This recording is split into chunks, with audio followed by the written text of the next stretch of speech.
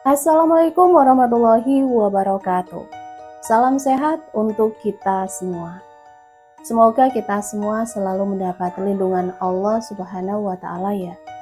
Diberikan nikmat sehat walafiat serta dimudahkan segala urusannya. Amin ya Rabbal 'Alamin.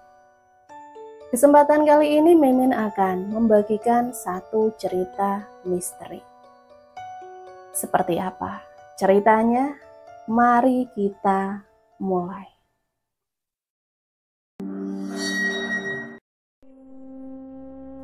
Di sebuah sudut kota Cilacap, berdirilah sebuah rumah kecil berdinding papan dengan cat yang mulai mengelupas. Rumah itu milik Juno, seorang pria berusia 45 tahun yang sudah lama kehilangan arah hidupnya.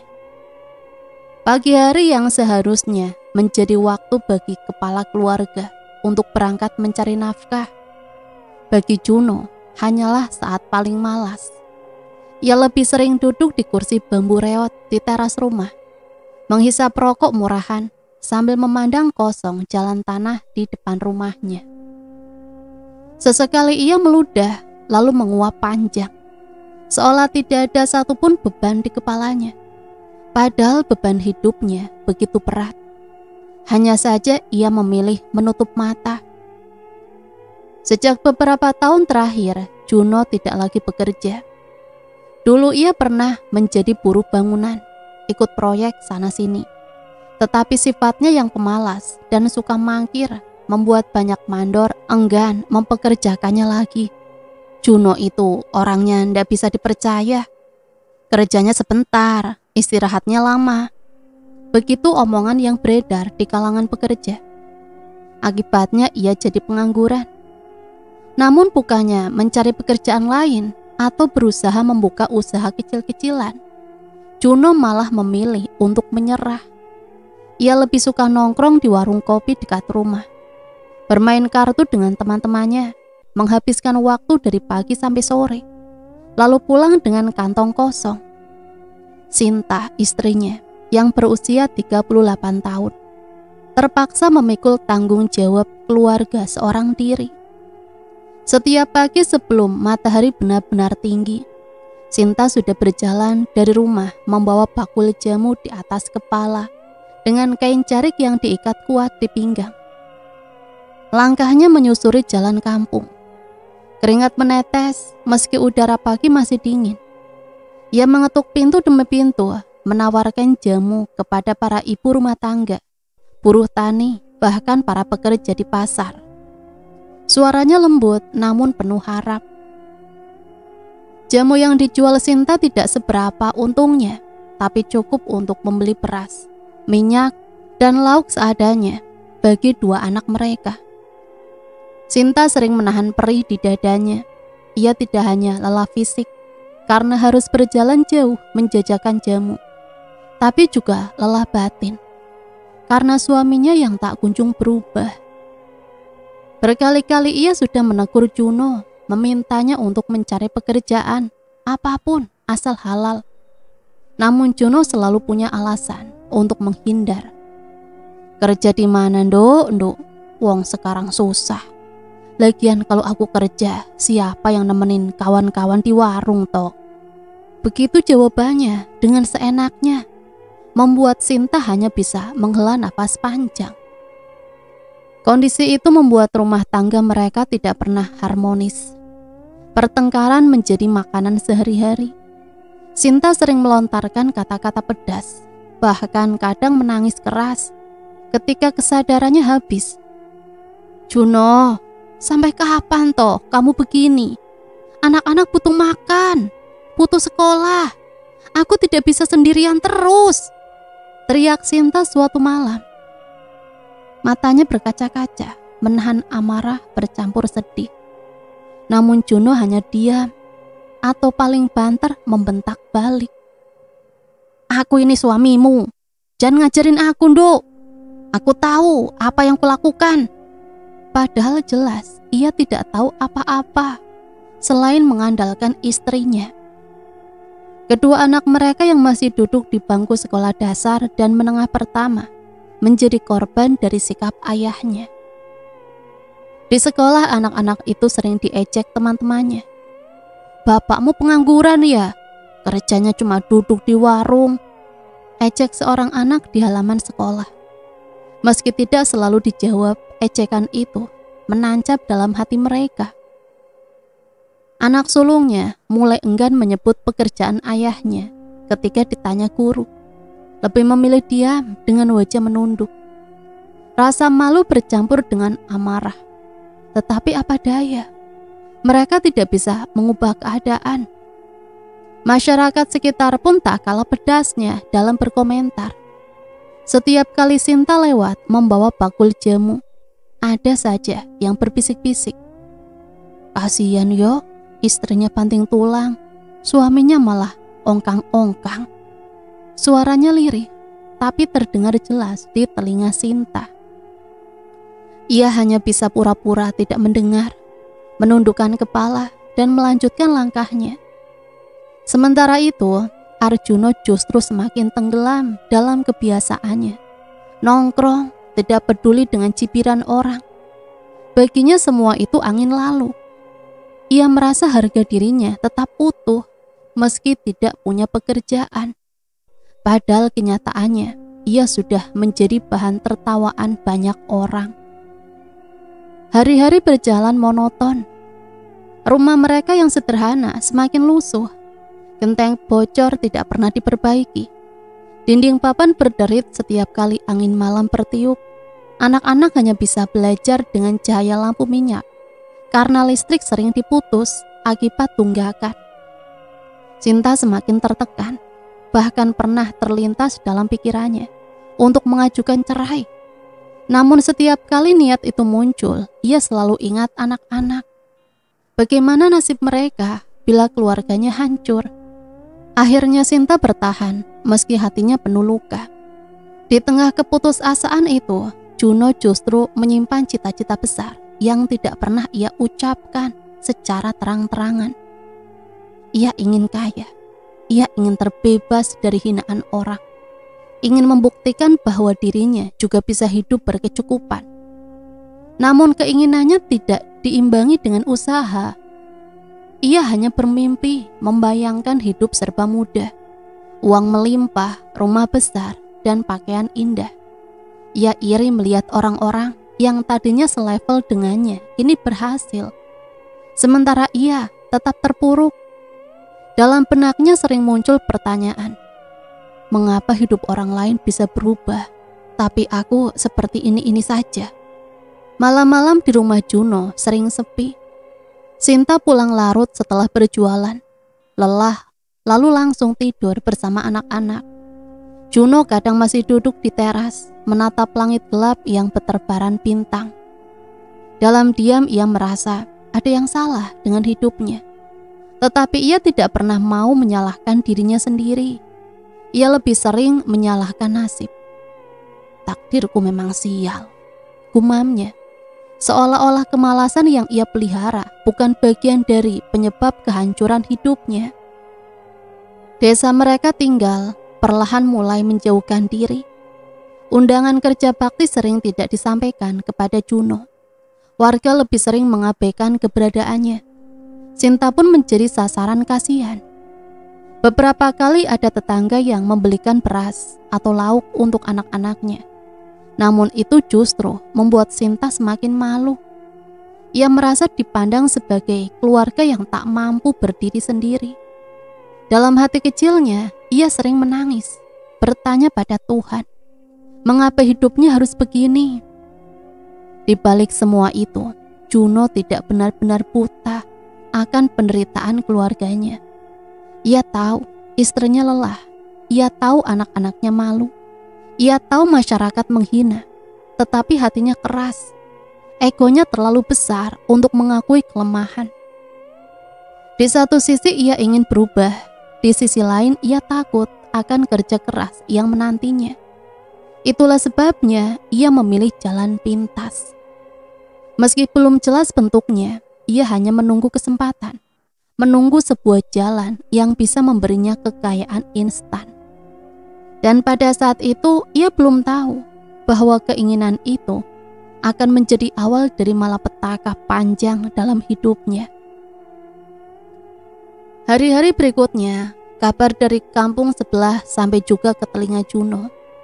Seorang sahabat lama, Kang Mukri, yang dulu sama-sama hidup susah, tiba-tiba berubah nasib. Mukri kini dikenal sebagai orang kaya baru. Ia punya rumah besar dengan dinding tembok kokoh, atap genteng mengkilap, bahkan katanya sudah membeli sepeda motor baru untuk anaknya. Kabar itu membuat Juno gelisah. Setiap kali mendengar orang-orang menyebut nama Mukri, dadanya panas. Ia tidak habis pikir, bagaimana mungkin sahabatnya yang dulu sering bersamanya bekerja serabutan, bahkan pernah menghutang rokok padanya, kini bisa hidup makmur. Juno semakin penasaran. Malam itu ia duduk sendirian di teras rumah. Rokok di tangannya hampir habis, tetapi pikirannya melayang jauh. Angin malam bertiup membawa aroma tanah basah setelah hujan siang tadi. Ia menatap jalan gelap yang sepi, seolah menimbang-nimbang sesuatu. Dalam benaknya hanya ada satu hal. Ia harus menemui Kang Mukri. Ia harus tahu rahasia di balik kekayaan mendadaknya. Keesokan harinya, setelah seharian menganggur dan kembali nongkrong di warung kopi, Juno memutuskan melangkahkan kakinya menuju rumah Kang Mukri. Perjalanannya tidak begitu jauh, sekitar 30 menit berjalan kaki. Ia melewati persawahan yang mulai menguning, melewati jembatan kayu kecil di atas sungai yang alirannya deras. Hatinya berdebar bukan karena lelah berjalan, melainkan karena bayangan-bayangan tentang apa yang akan ia tanyakan. Setibanya di depan rumah Kang Mukri, Arjuno tertegun. Rumah itu jauh berbeda dari yang ia kenal dulu. Dulu hanya rumah bambu kecil dengan atap bolong. Kini berdiri bangunan kokoh bercat putih. Halaman rumahnya luas, bahkan ada kandang ayam dengan puluhan ekor ayam jago yang sehat. Di teras sebuah motor baru mengkilap terparkir rapi. Juno merasa iri bercampur kagum. Ia berdiri beberapa saat, ragu untuk mengetuk pintu. Namun bayangan wajah Sinta yang kelelahan, bayangan anak-anak yang sering diejek, membuatnya menguatkan hati. Ia pun mengetuk pintu pelan. Tak lama, seorang pria berperawakan kekar, dengan wajah sedikit lebih tua, keluar menyambut. Wajahnya berseri-seri, kulitnya terlihat lebih segar, dan pakaiannya rapi. Dialah Kang Mukri.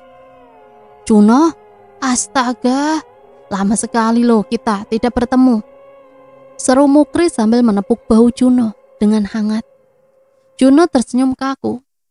Iya Kang, aku penasaran, pengen lihat kabarmu, ternyata sudah banyak berubah toh. Mukri tertawa kecil. Ya begitulah Juno, kadang kita hidup di bawah, kadang juga bisa di atas. Mereka pun duduk di teras rumah. Mukri memanggil istrinya untuk menyuguhkan teh hangat dan pisang goreng. Juno memandang sekeliling, tidak bisa menyembunyikan rasa kagumnya. Juno membuka percakapan dengan nada hati-hati. Kang, jujur, aku iri melihatmu sekarang. Dulu kita sama-sama susah, tapi sekarang lihatlah dirimu, rumah besar, motor baru. Apa rahasianya, Kang? Mukri terdiam sejenak, matanya memandang ke arah sawah yang terbentang di kejauhan, seolah tidak ingin langsung menjawab. Aku cuma berusaha, Juno. Berusaha yang bagaimana, Kang? Dulu kau sama sepertiku, bahkan dulu kau pernah minta rokok padaku. Sekarang tiba-tiba kaya. Jangan main-main, Kang. Ceritakan padaku. Aku ingin tahu. Mukri menghela nafas berat. Tangannya meremas gelas teh, lalu menatap Juno lekat-lekat. Tidak semua hal bisa kau ketahui, Juno. Kadang ada jalan yang tidak seharusnya dilalui. Juno semakin penasaran. Ia mendekatkan tubuhnya. Suaranya bergetar. Kang, aku ini sedang terjepit, Kang. Aku tidak punya apa-apa, Kang. Istriku banting tulang. Anak-anakku jadi bahan ejekan. Aku butuh jalan keluar, Kang. Kalau kau bisa kayak mendadak, aku juga bisa, Kang. Tolong ceritakan padaku, Kang. Mukri menggoyangkan kepala. Wajahnya terlihat gusar. Aku sudah bilang, jalan yang kupilih ini bukan jalan baik. Bahaya, kau bisa menyesal seumur hidup. Juno tidak menyerah. Aku tidak peduli, Kang. Hidupku sudah penuh penyesalan. Apalagi yang harus kutakuti. Katakanlah, Kang. Aku butuh tahu. Jangan biarkan sahabatmu ini hancur begitu saja, Kang. Keheningan panjang tercipta. Angin sore berembus membawa suara burung yang hendak kembali ke sarang. Mukri menundukkan kepala, seolah sedang bergulat dengan pikirannya sendiri. Akhirnya ia berdiri dengan suara pelan, hampir seperti bisikan. Baik Juno, aku akan memberimu sedikit gambaran, tapi ingat, ini hanya peringatan. Kekayaan yang kumiliki ini bukan berasal dari kerja keras semata. Ada sesuatu yang membantuku. Juno menelan ludah. Maksudnya, Kang? Ia menatapnya tajam.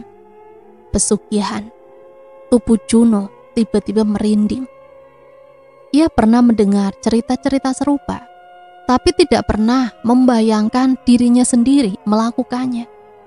Pesugihan, apa, Kang? Apa kau serius? Mukri menunduk lagi, suaranya semakin lirih. Serius, Juno, tapi jangan kau tanyakan lebih jauh sekarang. Kau belum siap mendengar semuanya. Jalan ini bukan untuk orang yang setengah hati. Setelah kau melangkah, tak akan ada jalan kembali. Juno terdiam, dalam hatinya campur aduk antara takut, penasaran, dan dorongan kuat untuk mengetahui lebih banyak. Ia merasa inilah kesempatan yang selama ini ia tunggu.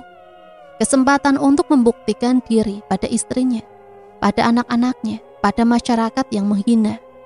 Namun Mukri tampak masih ragu. Ia bangkit dari kursinya, lalu berdiri di depan Juno. Pulanglah dulu, pikirkan baik-baik.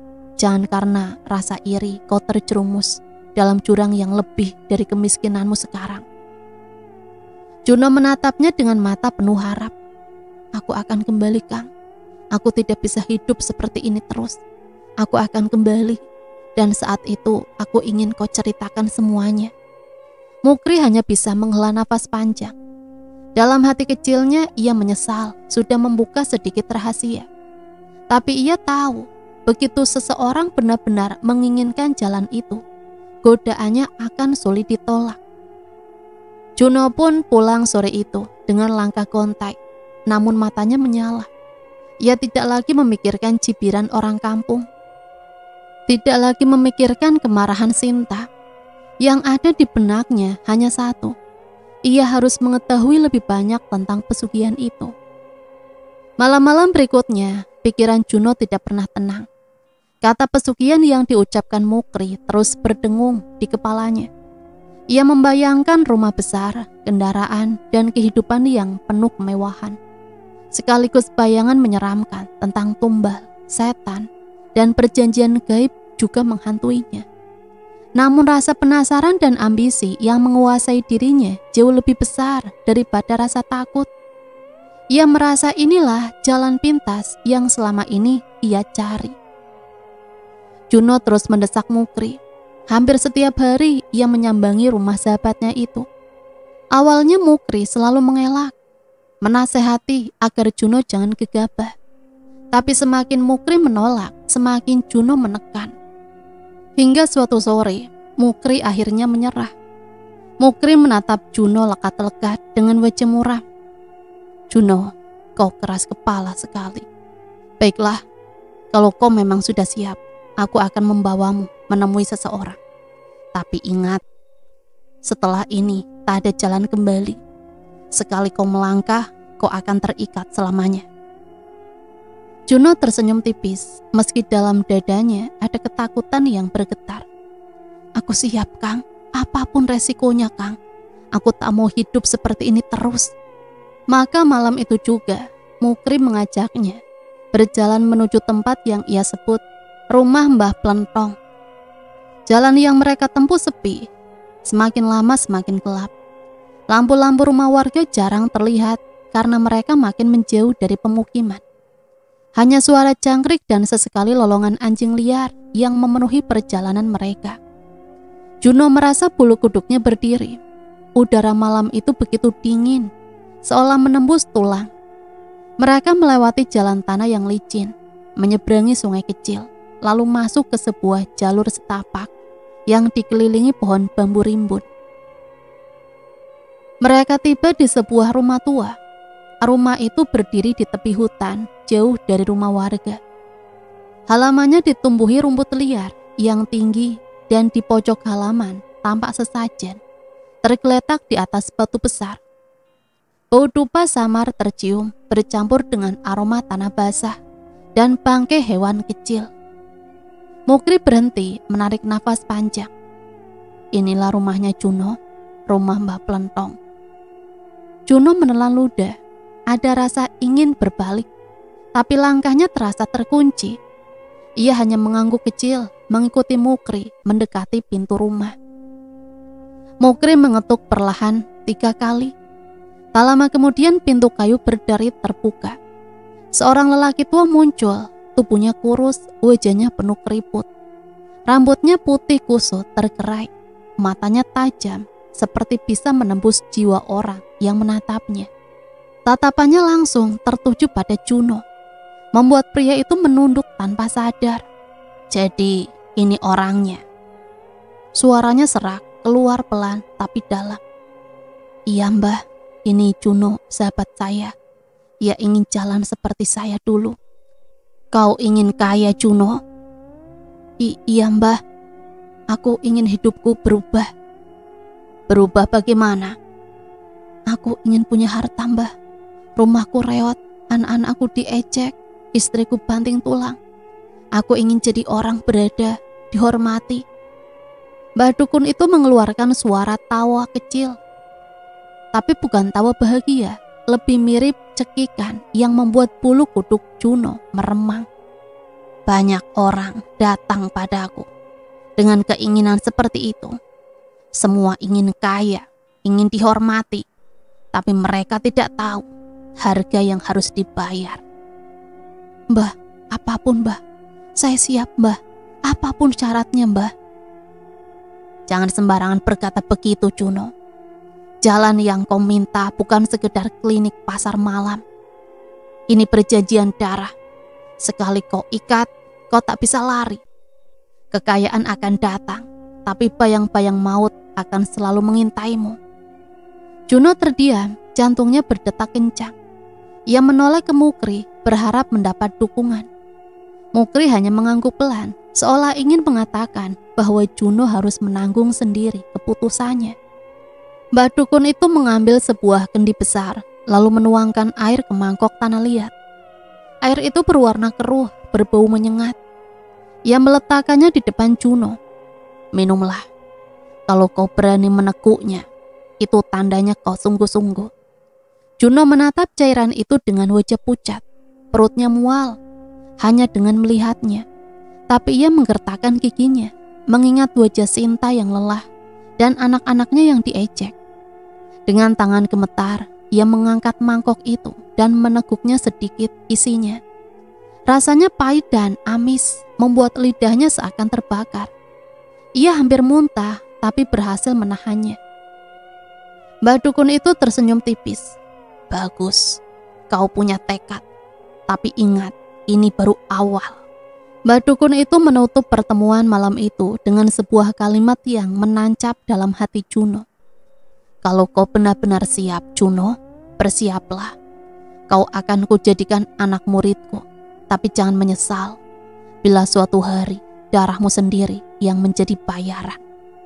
Kalimat terakhir dari Mbah Dukun itu masih terngiang-ngiang di kepala Juno.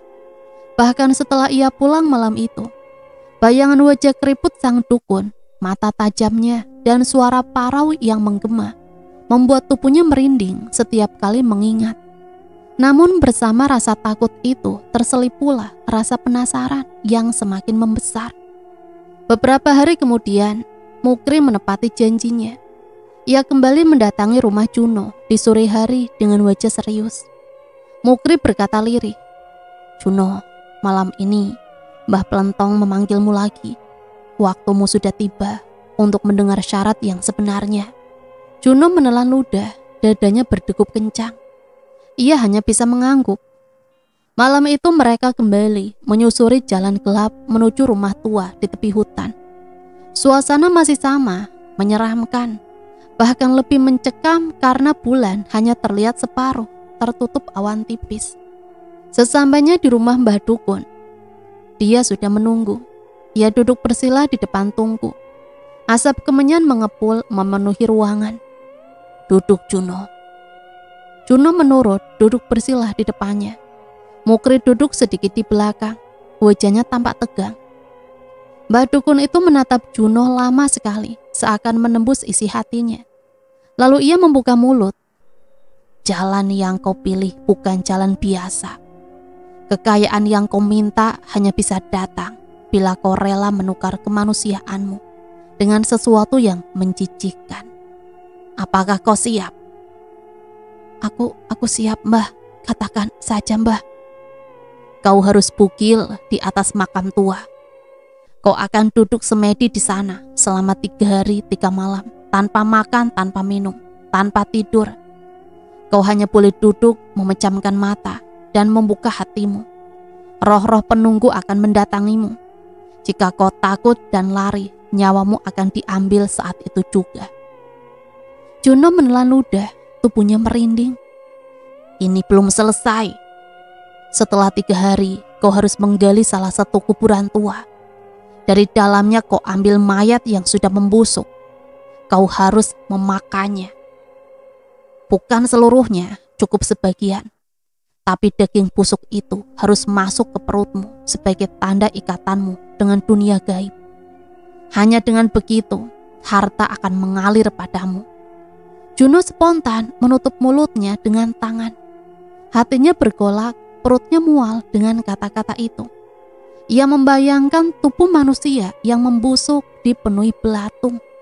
Bau anyir darah bercampur tanah basah. Membayangkan saja membuat isi perutnya naik ke tenggorokan. Gila, gumamnya lirih.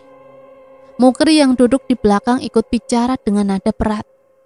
"Juno, aku sudah bilang padamu, jalan ini tidak main-main. Aku juga dulu melaluinya. Aku saksi syarat itu nyata. Dan aku masih sering mimpi buruk karenanya. Tapi lihat sekarang, aku kaya. Kau harus benar-benar yakin sebelum meneruskan." Juno menoleh ke Mukri, wajahnya pucat. "Bagaimana kau sanggup, Kang? Bagaimana kau bisa makan mayat?"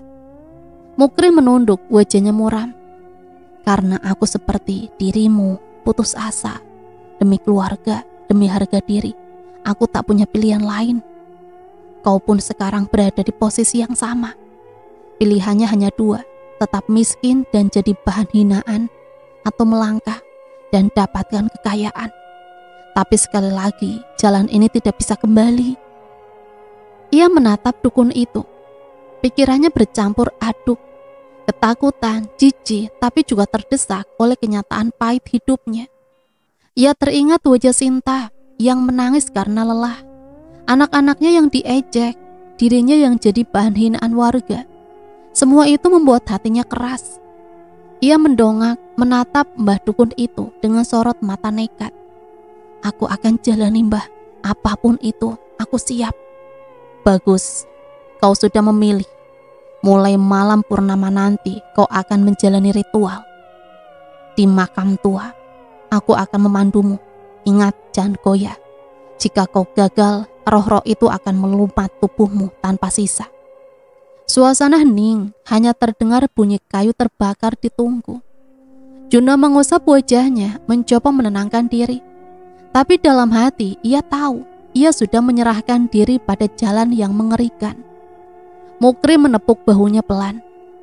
"Juno, aku tidak akan menahanmu lagi. Tapi aku ingatkan sekali lagi, kau harus siap menanggung akibatnya. Jangan pernah menyesal, karena menyesal pun sudah terlambat." Juno menoleh pada Mukri. Matanya berair, namun penuh tekad. Aku tidak peduli lagi, Kang. Demi istriku, demi anak-anakku, aku harus melakukannya. Malam purnama pun tiba. Bulan penuh menggantung pucat di langit. Juno mendapati dirinya berdiri di tengah pemakaman tua. Angin dingin berembus dari arah hutan, membawa bau anyir tanah basah. Suara burung hantu sesekali terdengar, memecah sunyi yang mencekam. Mukri berdiri agak jauh, wajahnya tegang. Ia hanya bisa menjadi saksi. Karena ritual itu harus dijalani Arjuno seorang diri. Sementara Mbah Dukun dengan jubah hitam lusuhnya berdiri di sisi kuburan tua yang ditunjuk. Tongkat kayu hitam di tangannya menancap ke tanah, seolah menjadi penanda bahwa tempat itu telah dipilih oleh dunia gaib. Lepas semua pakaianmu, Juno. Juno menelan ludah, tangannya gemetar saat melepas satu persatu pakaiannya, hingga ia benar-benar telanjang bulat dan di bawah sinar bulan. Malu bercampur ngeri. Tubuhnya gemetar bukan hanya karena dingin, tapi juga karena rasa takut yang membara dalam dada. Duduklah di atas makam itu. Bersilah, tutup matamu. Dengarkan apa yang datang. Jangan bergerak, jangan lari. Ingat, 3 hari 3 malam. Kalau kau goyah, roh-roh akan melumatmu hidup-hidup. Juno menurut. Ia duduk bersila di atas gundukan tanah makam tua. Merasakan dingin meresap dari tanah ke tubuhnya. Ia memejamkan mata. Sunyi, tapi perlahan telinganya mulai menangkap suara-suara aneh. Awalnya hanya bisikan samar, suara seperti desir angin. Namun semakin lama bisikan itu berubah menjadi tangisan lirih. Kemudian cerita nyaring yang membuat bulu kuduknya berdiri. Juno menggertakkan gigi, mencoba bertahan. Tak lama kemudian, hidungnya diserbu bau busuk menyengat. Bau bangkai, amis, bercampur anyir darah. Ia menutup hidung dengan tangan. Namun Mbah Dukun segera membentak. Jangan, biarkan semua masuk ke dalam tubuhmu. Itu ujian pertama. Dengan terpaksa Juno menurunkan tangannya, membiarkan bau busuk menusuk paru-parunya. Perutnya mual, matanya berair, tapi ia bertahan. Malam pertama terasa seperti seabad. Tubuhnya kaku, telinganya terus dihantui bisikan, ceritan, bahkan suara-suara yang menyebut namanya berkali-kali. Ia ingin membuka mata, tapi teringat pesan Mbah Dukun. Jangan bergerak, jangan lari. Hari kedua tubuhnya mulai lemah. Tenggorokannya kering, lidahnya pecah-pecah, perutnya melilit karena lapar.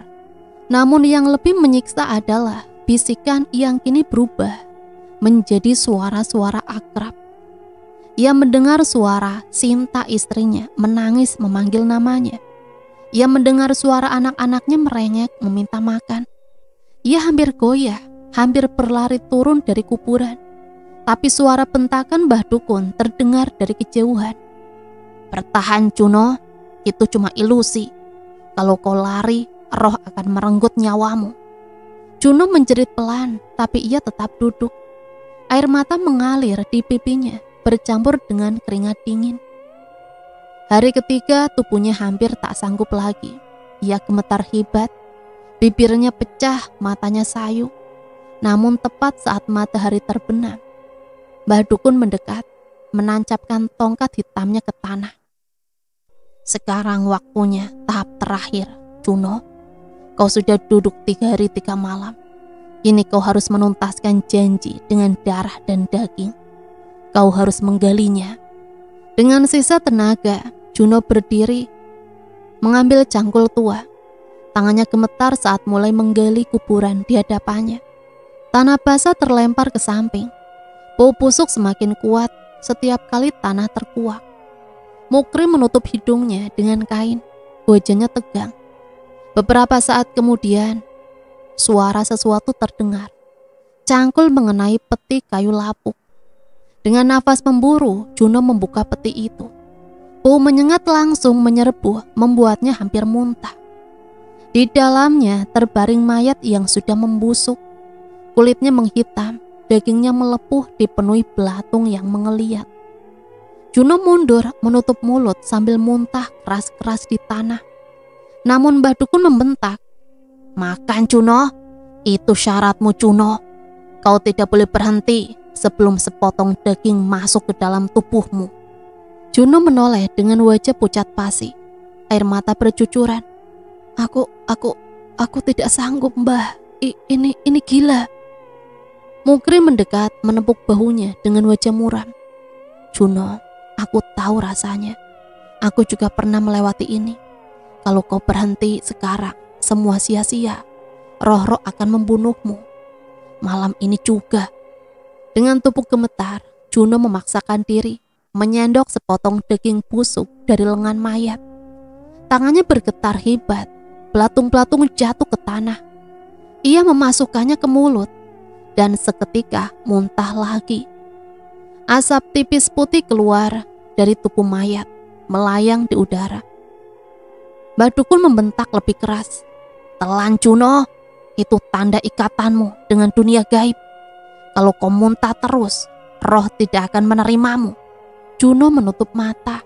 Dengan air mata bercucuran, ia kembali memasukkan sepotong daging busuk itu ke mulutnya. Bau anyir bercampur tanah membuat perutnya bergolak. Tapi kali ini, ia memaksa menelan.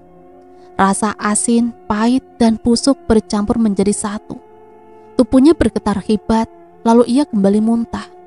Kali ini bercampur darah segar. Darah mengalir dari mulutnya, menetes ke tanah kuburan. Tapi anehnya, Mbah Dukun justru tersenyum puas. "Bagus, itu tandanya roh sudah menerima pengorbananmu. Kau sudah sah menjadi bagian dari mereka." Juno jatuh tersungkur di samping kuburan. Tubuhnya lemas, matanya terpejam.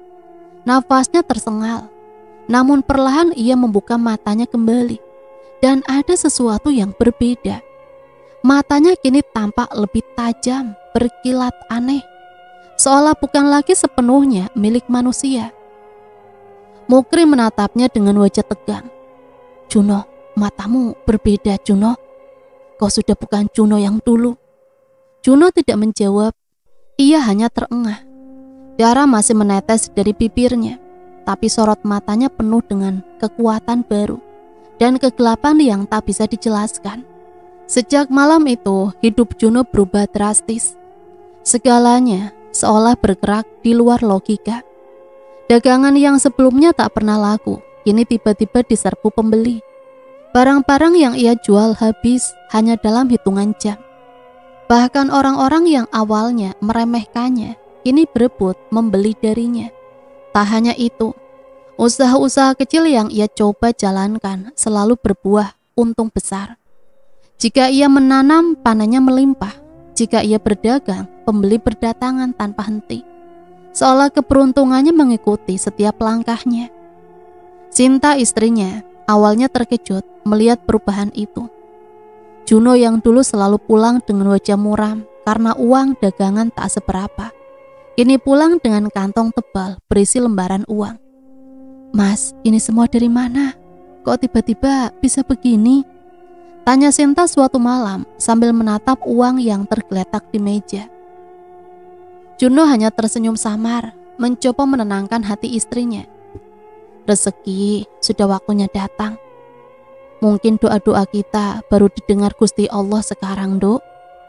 Sinta mengangguk pelan, meski dalam hatinya ada rasa ganjil. Ia tahu Juno bukan tipe orang yang mudah puas.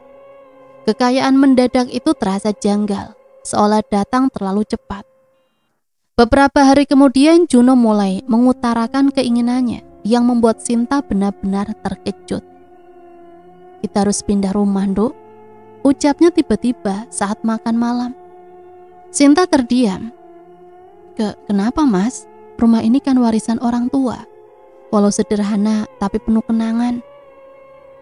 Aku ingin kita tinggal di rumah yang lebih besar, lebih layak. Rumah ini sudah terlalu sempit.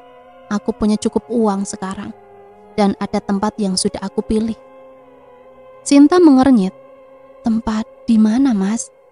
Juno menarik nafas panjang sebelum menjawab. "Di dekat makam tua di pinggir desa."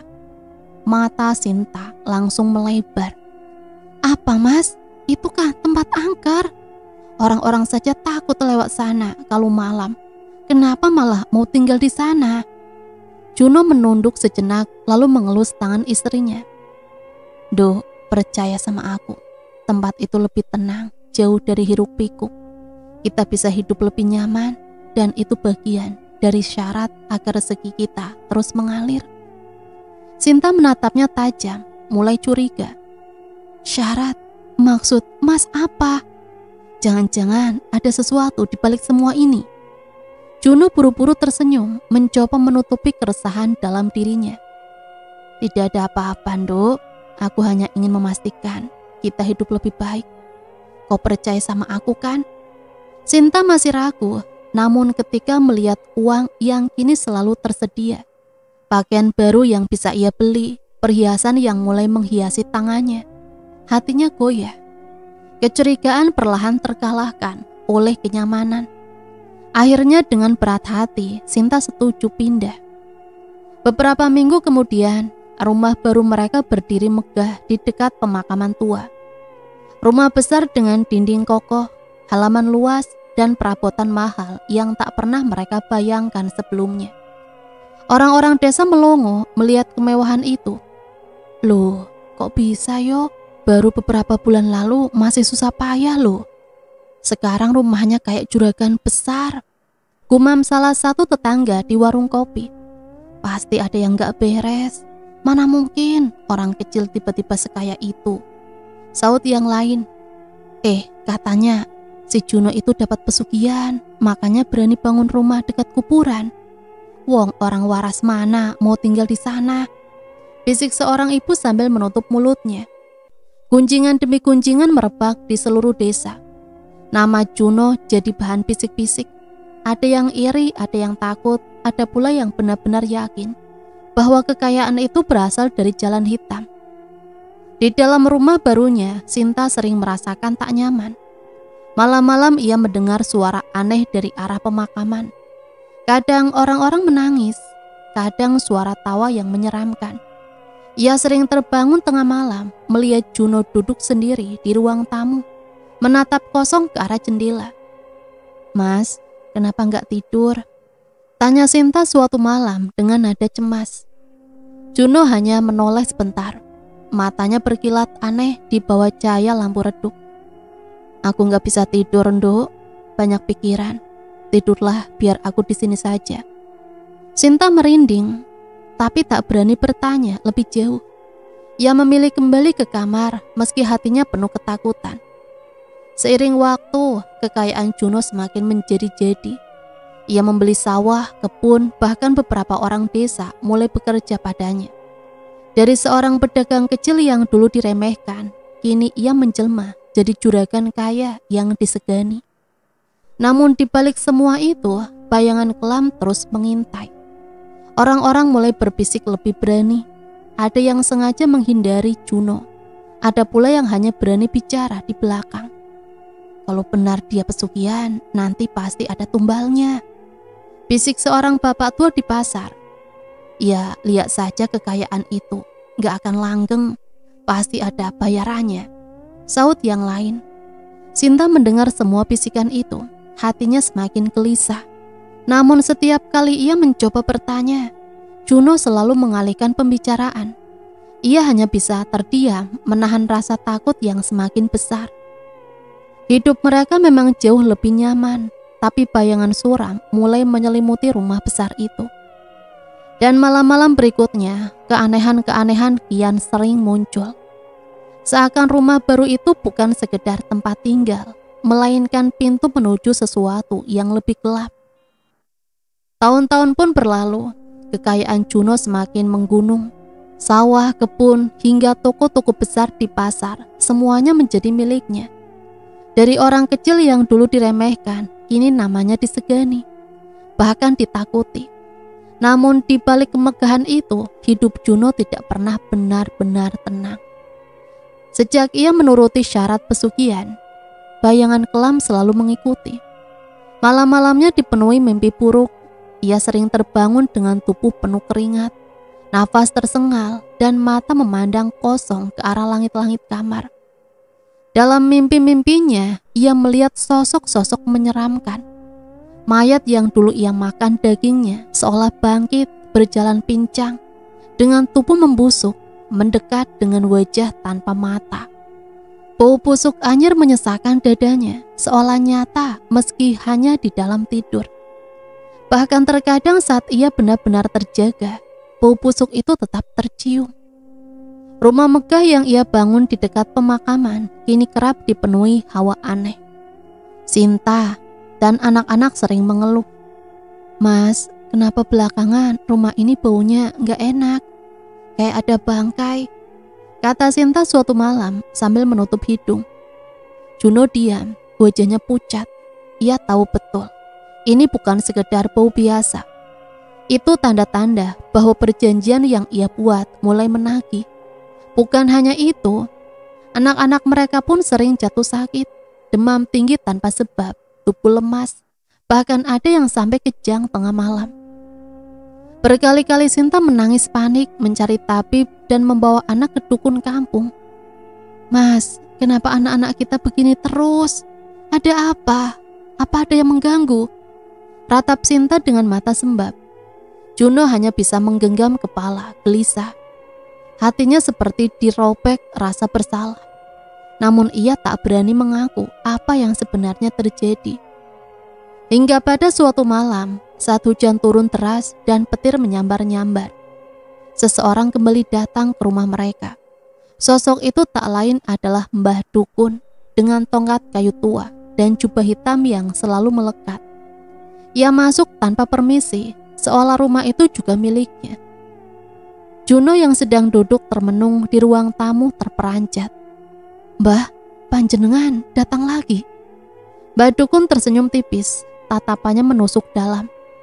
"Juno, sudah saatnya kau bayar janji. Kau pikir rezeki datang cuma-cuma?" Juno tercekat, tubuhnya gemetar. "Mbah, saya sudah memberikan semua syaratnya, Mbah. Apa masih kurang?" Mbah Dukun menggeleng perlahan. Suaranya berat dan menakutkan. "Pesugihan bukan sekedar sesajen. Ada perjanjian darah yang mengikat, dan waktunya sudah tiba." Juno merasa dadanya sesak. Keringat dingin bercucuran. Perjanjian darah? Apa maksudnya, Mbah?" "Tumbal. Setiap pesugihan menuntut bayaran. Kau sudah diberi kekayaan bertahun-tahun. Sekarang roh penunggu minta gantinya. Kau tak bisa lari." Juno terdiam, membeku. Kata-kata itu seperti palu menghantam kepalanya. Ia sudah tahu sejak awal, tapi selama ini pura-pura lupa. Kini kebenaran itu menampakkan wajah menyeramkannya. Dengan suara bergetar, Juno bertanya, "Lalu siapa yang harus jadi tumbal, Mbah?" "Istrimu sendiri." "Apa?" Juno hampir berteriak, wajahnya pucat pasi. "Tidak, Mbah, jangan Sinta, Mbah. Dia satu-satunya orang yang paling aku cintai, Mbah. Jangan minta itu dariku, Mbah." Mbah Dukun tetap tenang, tatapannya dingin. "Tidak ada tawar-menawar, Juno. Kau sudah masuk terlalu jauh. Ingat, roh penunggu hanya akan menerima tumbal terdekatmu. Dan pilihannya sudah jelas, Sinta." Juno terjatuh di kursi, tubuhnya gemetar hebat. Air matanya menetes bercampur dengan keringat dingin. "Kenapa harus dia, Mbah? Kenapa bukan aku saja, Mbah?" Mbah Dukun menatapnya penuh sinis. "Kalau kau yang mati, apa gunanya pesugihan ini?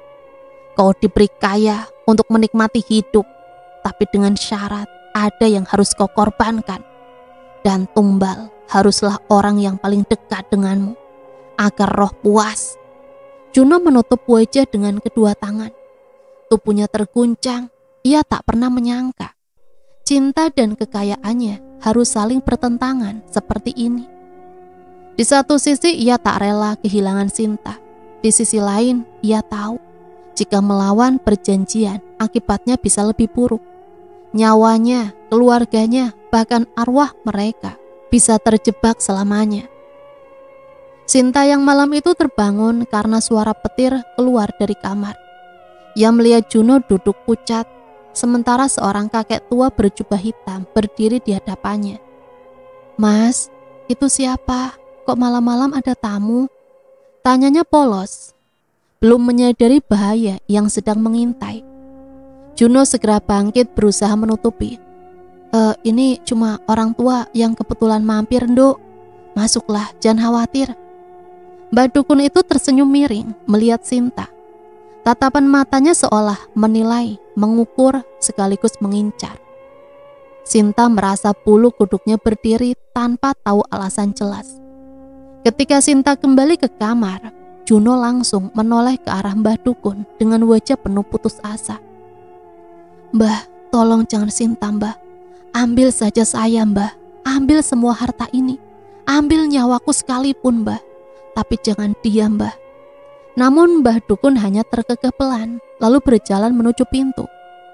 "Kau pikir bisa menawar roh penunggu? Ingat Juno, semakin kau menunda, semakin besar harga yang harus dibayar. Kalau bukan Sinta, roh itu akan mengambil dengan caranya sendiri. Dan percayalah, itu akan lebih kejam." Lalu tanpa menoleh lagi, Mbah Dukun melangkah keluar meninggalkan Juno yang terduduk lemas.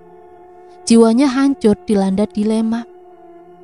Malam itu suara hujan semakin teras. Petir menggema di langit seakan menjadi saksi bisu bahwa hidup Juno kini berdiri di persimpangan paling mengerikan, antara cinta pada istrinya atau kekuatan pada perjanjian gelap yang sudah ia buat. Dan di balik tembok rumah megah itu, Juno tahu waktunya hampir habis. Malam itu ia tidak bisa tidur sama sekali. Petir yang terus bersautan seakan bergema dalam dadanya. Kata-kata Mbah Dukun berulang kali terngiang di kepalanya. Tumbal itu Sinta. Juno duduk termenung di ruang tamu. Tangannya menggenggam kepala, rambutnya acak-acakan, wajahnya pucat pasi. Sesekali ia berdiri, berjalan mondar-mandir, lalu kembali duduk. Hatinya berperang hebat antara rasa cinta dan rasa takut. Namun semakin lama ia berpikir, semakin jelas satu hal. Ia tidak sanggup membiarkan cinta wanita yang ia cintai sejak muda, yang setia menemaninya saat miskin, yang melahirkan dan membesarkan anak-anaknya, menjadi korban pesugihan. Tidak, itu terlalu kejam.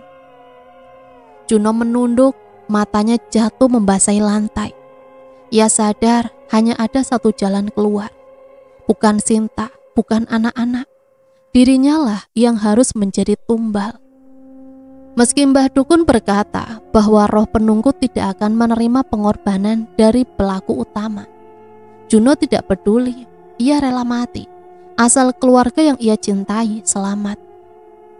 Malam berikutnya, suasana rumah terasa semakin mencekam. Angin berhembus kencang, membuat daun-daun di halaman berdesir keras. Lampu-lampu di rumah berkedip-kedip, seperti hampir padam. Juno memanggil Sinta ke ruang tamu. Dengan wajah penuh kerisauan, ia menatap istrinya yang tampak kebingungan. "Sinta." Suara Juno parau, berat, seperti menahan beban yang tak terkatakan. "Iya Mas, ada apa? Kenapa wajahmu murung begitu, Mas?" Sinta mendekat, duduk di sampingnya. Juno menggenggam tangan istrinya erat, seolah tak ingin melepaskannya. "Kalau besok Mas gak ada, Nduk, kau harus kuat, jaga anak-anak baik-baik, jangan pernah tinggal di rumah ini lagi. Pergilah jauh, tinggalkan semuanya." Sinta terbelalak, matanya berkaca-kaca. "Mas ngomong apa sih? Jangan bicara yang aneh-aneh seperti itu. Aku gak mau dengar, Mas." Juno menunduk menahan tangis yang hampir pecah. "Aku serius, Nduk. Rumah ini bukan tempat aman buatmu dan anak-anak. Ada hal-hal yang Mas gak bisa jelasin. Tapi percayalah, yang terbaik adalah kau pergi." Sinta mengguncang tangan suaminya dengan emosi. "Mas, jangan bikin aku bingung. Kalau ada apa-apa, kita hadapi sama-sama. Aku gak mau pergi ninggalin kamu sendirian." Juno menggeleng, matanya memerah. "Tidak, Sinta, kali ini tidak bisa bersama-sama. Aku sudah terlalu jauh melangkah. dan semua ini kesalahanku. Aku harus menebusnya. Kau hanya perlu janji satu hal padaku, bahwa anak-anak pergi dari rumah ini dan jangan pernah kembali.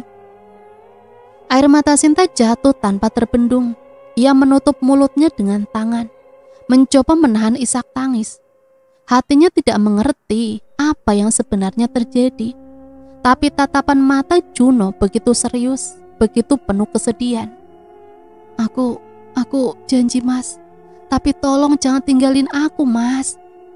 Juno hanya tersenyum pahit lalu merangkul istrinya dalam pelukan yang hangat namun getir. Ia tahu mungkin ini adalah pelukan terakhir yang bisa ia berikan. Malam semakin larut, Sinta akhirnya menurut. Ia menyiapkan pakaian anak-anak, mengemas beberapa barang seadanya. Juno yang memaksa memastikan bahwa pergi sebelum tengah malam. Sebelum Sinta melangkah keluar, Juno sempat berpesan lagi.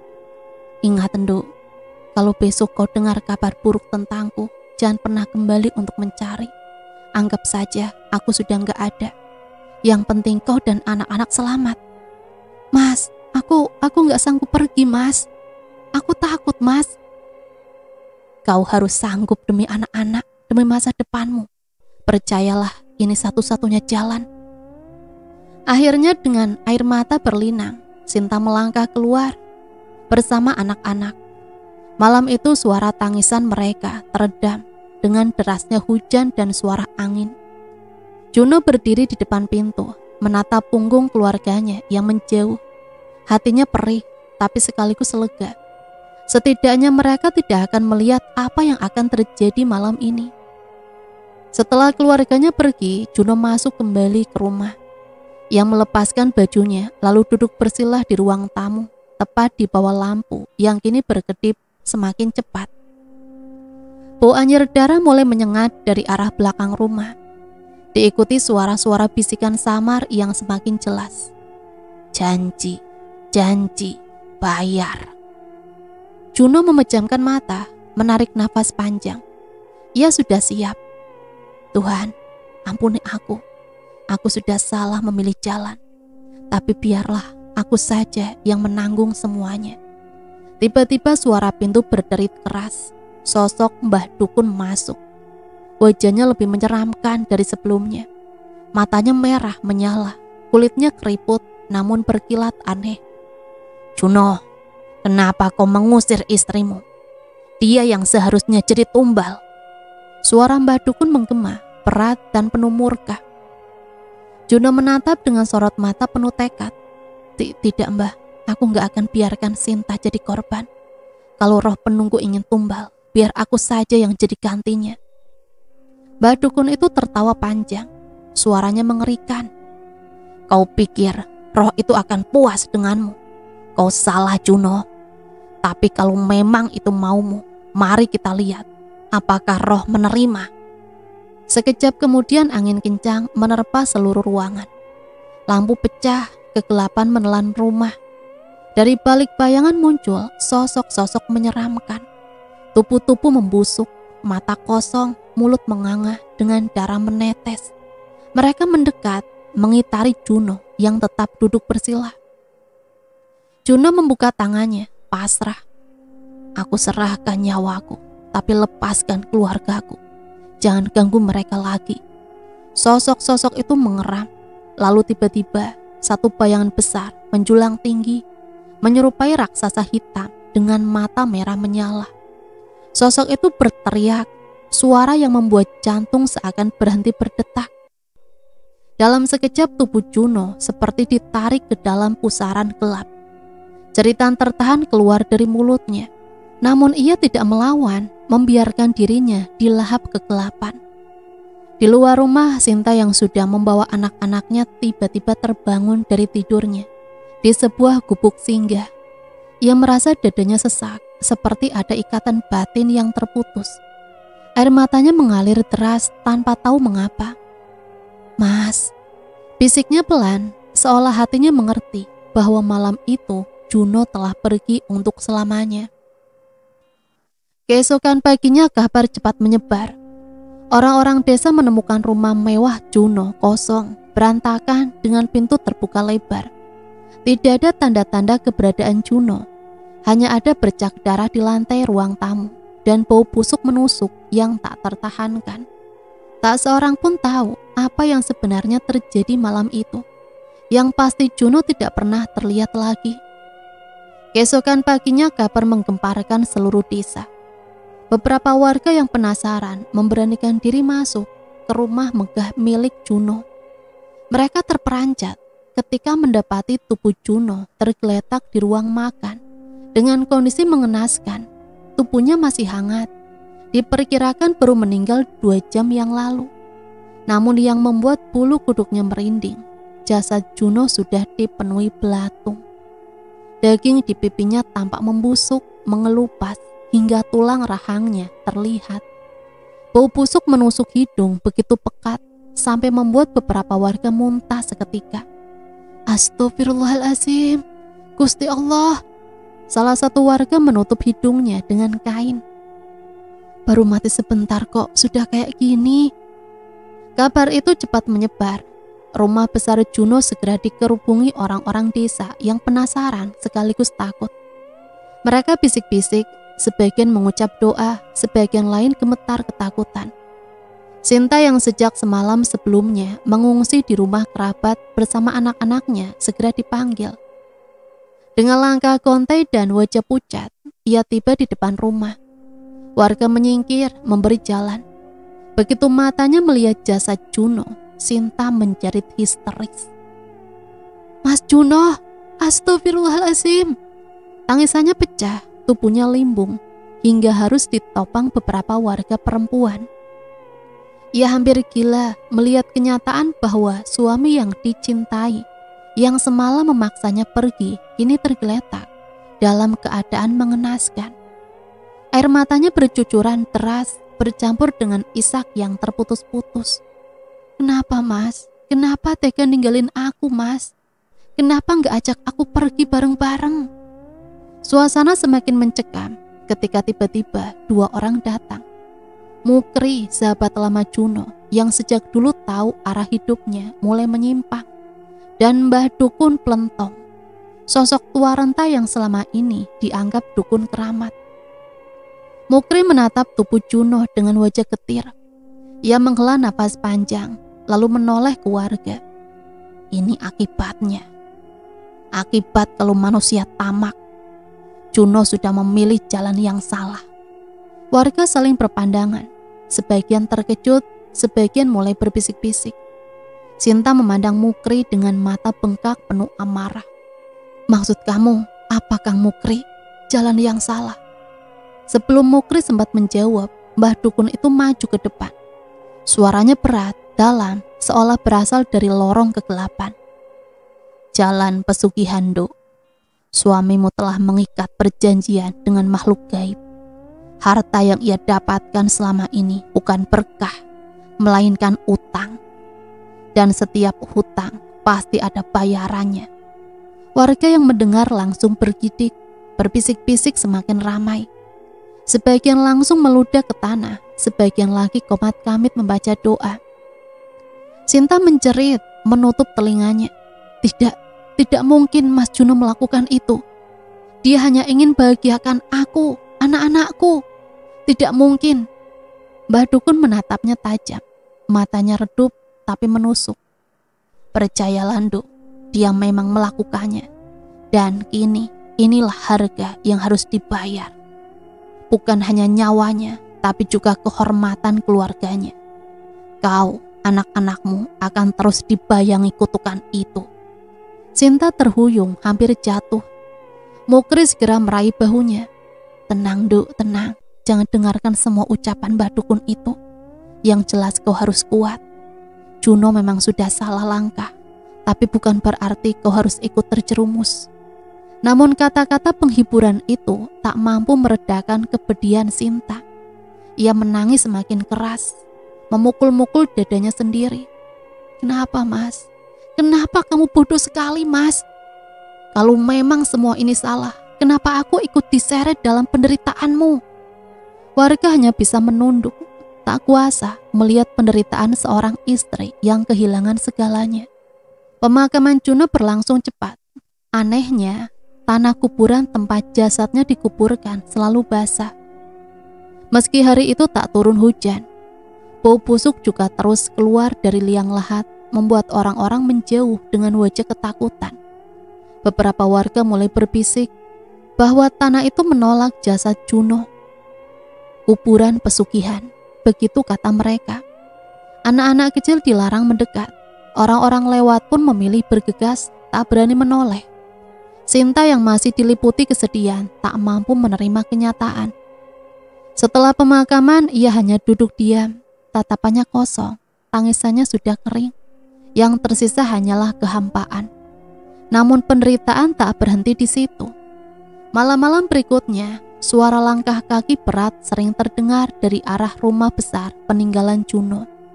Beberapa warga yang lewat mengaku melihat bayangan lelaki berjalan di jendela, padahal rumah itu kosong. Puncaknya, ada seorang pemuda desa yang nekat masuk ke rumah itu karena penasaran. Keesokan harinya, ia ditemukan pingsan di halaman dengan mulut berbusa. Ketika sadar, ia hanya bisa berteriak ketakutan, menyebut-nyebut nama Juno. Sejak saat itu, tak ada lagi yang berani mendekat ke rumah itu. Sinta semakin terpukul.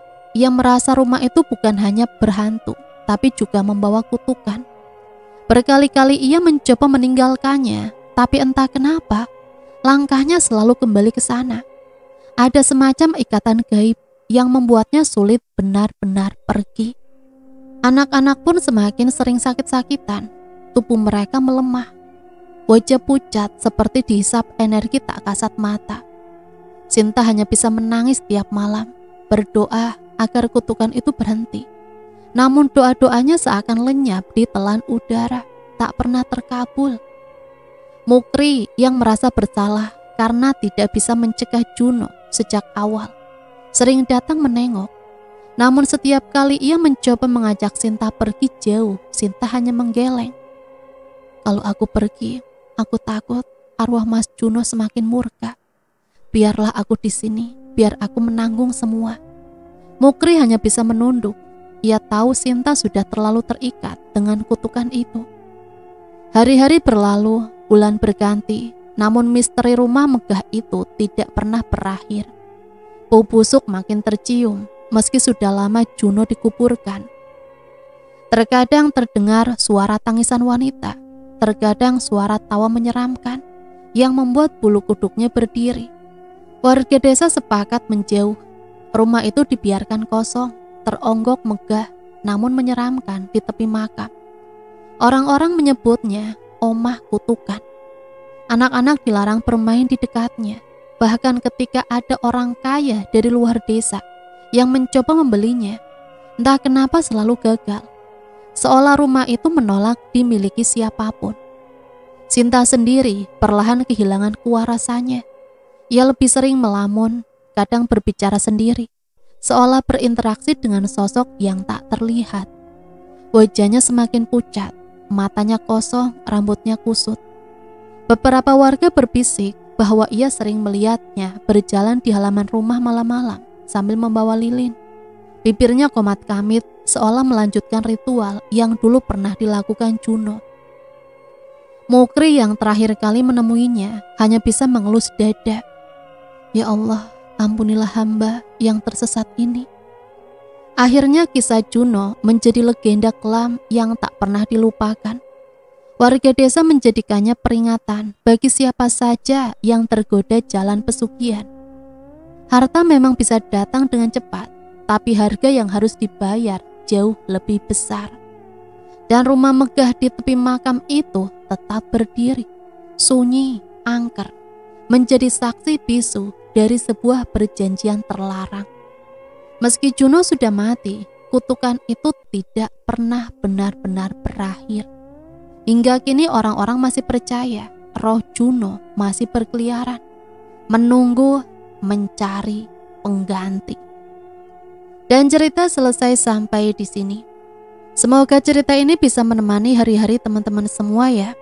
Sampai di sini Mimin pamit undur diri, mohon maaf apabila banyak salah kata.